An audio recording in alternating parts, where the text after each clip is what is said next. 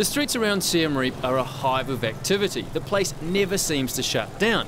You do, however, have to keep your wits about you because there is a good chance you might get run over. The #1 tourist attraction in Cambodia is Angkor Wat, and it's no wonder why. It's as famous as other big landmarks around the world like the pyramids or the, say, Taj Mahal. Now, what draws millions of tourists here isn't just the amazing statues and temples, it's the spiritual power and the history as well. Now, you need around about a day here, so I'm going to get cracking in there, get some photos, and hopefully get out of the heat. I was kind of hoping that if I came here earlier in the day, I'd miss the worst of the crowds. It turns out everybody has the same idea. It's one of the downsides of visiting a site like this. The masses of people do take away a little from the experience of being in what's a sacred temple complex. But then again, it's pretty much what you expect when you're at a monument that's known the world over. Walking through the main gate, the air is much cooler and the atmosphere strangely heavy. It's a grand entrance, and being so ornate and large, in the time it takes to stroll through, you can clear your mind and emerge on the other side having left some of your baggage behind.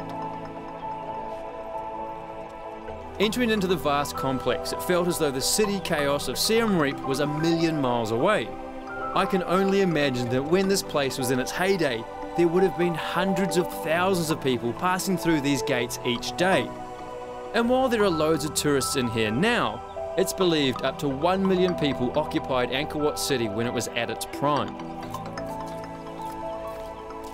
Angkor Wat is the largest religious monument in the world, and initially it was a Hindu temple, but late in the 13th century it gradually moved towards being Buddhist and remains that way today. Yes. And how long have you been a monk for? A long time. Long time? Yes. Since you were a little boy?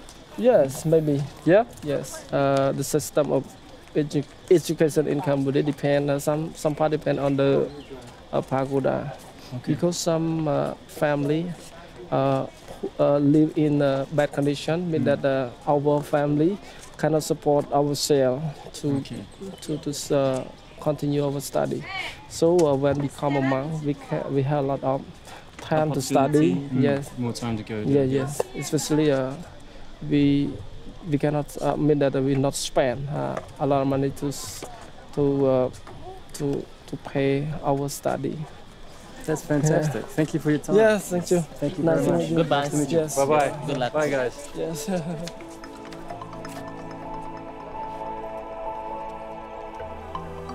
Over the centuries, the temple grounds have been weathered, and like many of the Angkor temples, is far from its original glory.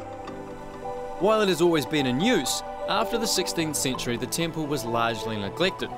But thanks to having a moat around it, the jungle was held at bay. The grounds were left in disrepair for several hundred years, but restoration works were carried out in the 20th century to remove dirt and vegetation that had accumulated. Now I can only imagine the spectacle the temples would have been when they were first built. Visitors would no doubt have been inspired by the grandeur. Even now, grey, with the fountains dry and statues eroded, Angkor Wat is truly spectacular.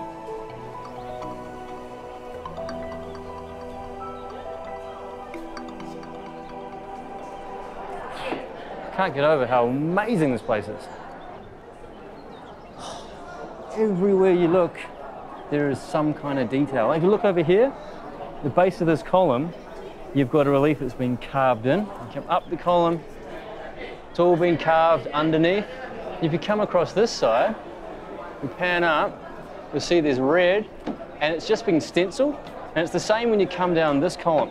Now, the reason it hasn't been carved out is that in 1152, when the king died, the new king ordered all work to be stopped, and they were going to move from here at this level and go off and build something else, do another temple.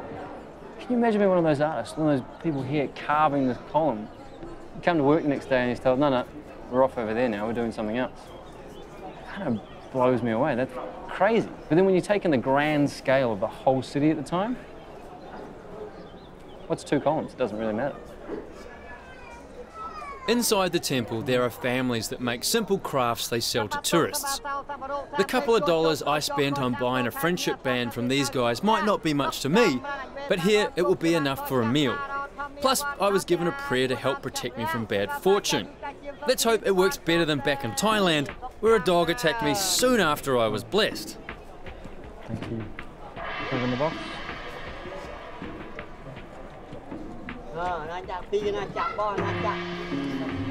Thank you. Before coming here, I did a little research and discovered loads of interesting facts about how Angkor Wat was built and the materials used. I bet you didn't realise that well over 6 million blocks of sandstone were used in the construction, with an average weight of 1.5 tonnes. Also, the total mass of sandstone used is greater than that of the Great Pyramid of Giza.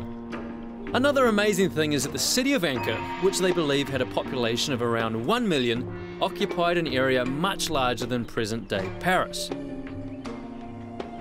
It's incredible to think that all those years ago, without the aid of modern tools and technology, they could build something so grand and able to stand the test of time. You know how earlier I said you need a whole day to explore this place properly? Well, I was wrong. You need a few days to really take it all in. There are literally thousands of stone relief artworks, statues, temples, striking walls and fountains, each decorated ornately and demanding of attention. Even in a deteriorated state, this is an awe-inspiring place.